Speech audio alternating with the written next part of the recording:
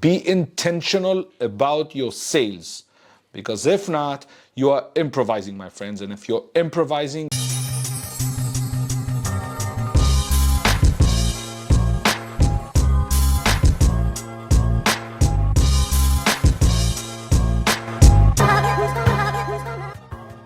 what is up, beautiful people? My name is Zavaro. Welcome back to my channel. This is it. 6 months are almost over. This is my last day in Vietnam. I'm off to Hong Kong, then Bangkok, and then I'll go to Tel Aviv for a month. Family, friends, and a lot of talks and workshops and some different experiences. We're going to do also something with Google. We're going to do something with the book. I'm really excited about everything. But I think what we need to talk about today is being intentional with doing sales. Now let me explain. Yesterday I've had this very interesting conversation with a sales guy who has a lot of experience. And we're talking about the way he structures the scope of work or the proposal. So you see, he had this meeting, they were unclear about their needs, their budgets, a lot of different things. And when we're talking, he kept saying things, and when I asked a clarifying question, he said, no, yeah, but that's what I meant. Please do yourself this kind favor. Number one tip, record what you are about to say to your client, because it's easy to transcribe it today, and then see if what you wanted to say is what you actually said. And the reason why I feel comfortable saying this to you all is because I used to F it up all the time. There was a huge gap between what I wanted to say and what I actually said, and it took me probably 4 or 5 years to start closing that gap, and it's still sometimes it is a struggle. It doesn't really dissolve or disappear.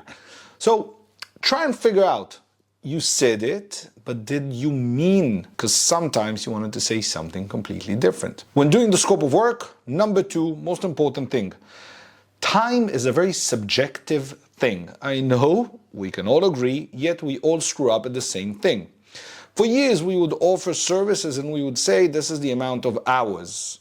In his case, the problem was that the client said, oh, but what if it takes too much? What if it takes over the hours you mentioned? It's an approximation. How do we know how much to pay? How much are you going to overcharge us?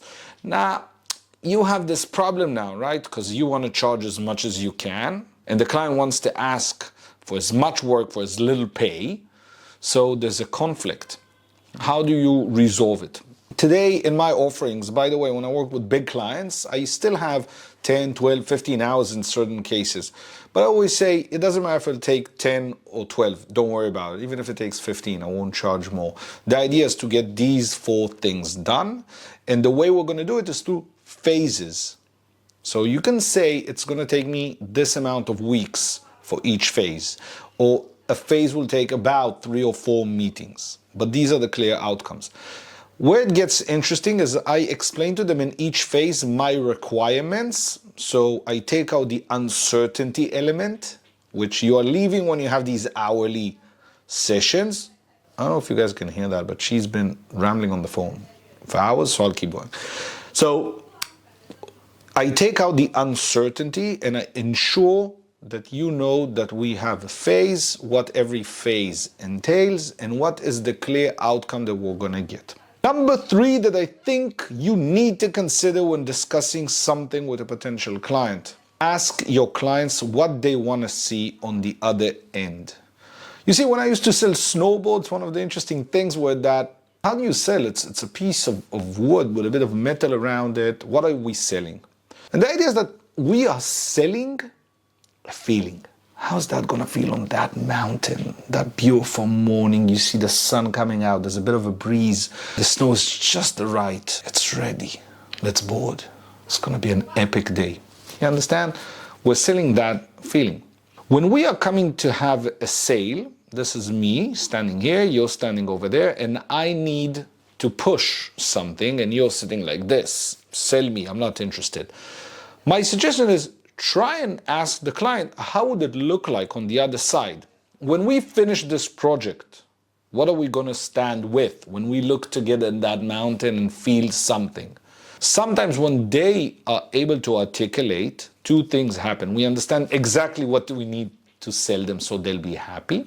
They will be willing to pay even more. The premium is because they want to have that feeling, not your service. They want to have that feeling when you solve that problem. The second thing that I think some of us are forgetting, there's a big difference between standing in front and standing next to. A good salesman stands next to the client, and together they decide if that is the right thing to purchase, if that is the amount of service, the amount of hours. If we take 1, 2, and 3, will we get to where we wanted? Because if not, we're stuck. Make the decision together. As long as this is happening, we might have a problem. Number 4, price. Either you know your prices before, and if you ask a budget, you're asking them to make a decision that is very hard for them. If you decide to go position yourself higher, that's great. No, make sure that you know how to present it in a way that serves the purpose. An hour ago, I had a call with a client, and he says, our competition does 1, 2, and 3. We can do it in a different way because 1, 2, and 3. Oh, wait, they're also offering 1, 2, and 3. So let's position ourselves as giving that better, doing it in a different way. You see, people are willing to pay a lot of money if your solution, what you offer, will take them to where they want to go. It's upon you during that sales session in a short amount of time to be able to clearly articulate why using your service for that amount of money will take them to that point. If you can't do that, you have a problem. Which takes me to, what are we now? Point number 4, I think. Be concise. In my book, Fuck the Slides, I teach to do the whole trailer pitch in 500 words, about 3 to 4 minutes. That's it. In a call I had yesterday, it was funny that when we started to work on the trailer pitch draft, and I'm asking a lot of clarifying questions, and I'm adding pieces, and I'm showing the client how I'm creating the draft while we're talking on the Zoom call. He says, oh, this is amazing, but are we going to put this? Let's put it. Are we going to add this? Let's add it. How do we expect? Don't worry. When we finish the first draft, and I'm like, hey, just so you know, we're at 360. He's like, what? We still have room? Yeah, we still got room. 500 words is a lot. This is your chance to explain everything. Put it there. If it doesn't fit, if it's too much, if it's too big, Q&A afterwards, discussions, whatever. You want to do a simulation, you want to do a presentation about showing a specific use case, that's great. Different section in the meeting. Number 5, and the most important thing, write everything down. Be intentional about your sales, because if not, you are improvising, my friends. And if you're improvising, your chances of losing become much bigger. The stakes are higher because you are not prepared. The better you prepare, the chances of closing go higher. And you'd be shocked at how easy it is to create. Simple. Guys, this is a quick last video from Vietnam. It's been 6 months of traveling Thailand, India, and Vietnam. It's been epic. I have no idea what's up next.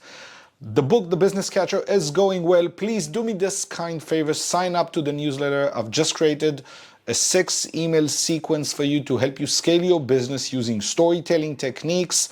We cover branding, marketing, sales, customer journey, pitching, and messaging. Done. And if you haven't sent this video to someone who has a business or is doing sales, please do that now. As always, if you need anything, let me know and I'll be happy to help. And that's it. I'm out. Next stop, Hong Kong. See you guys next week. Have a good one.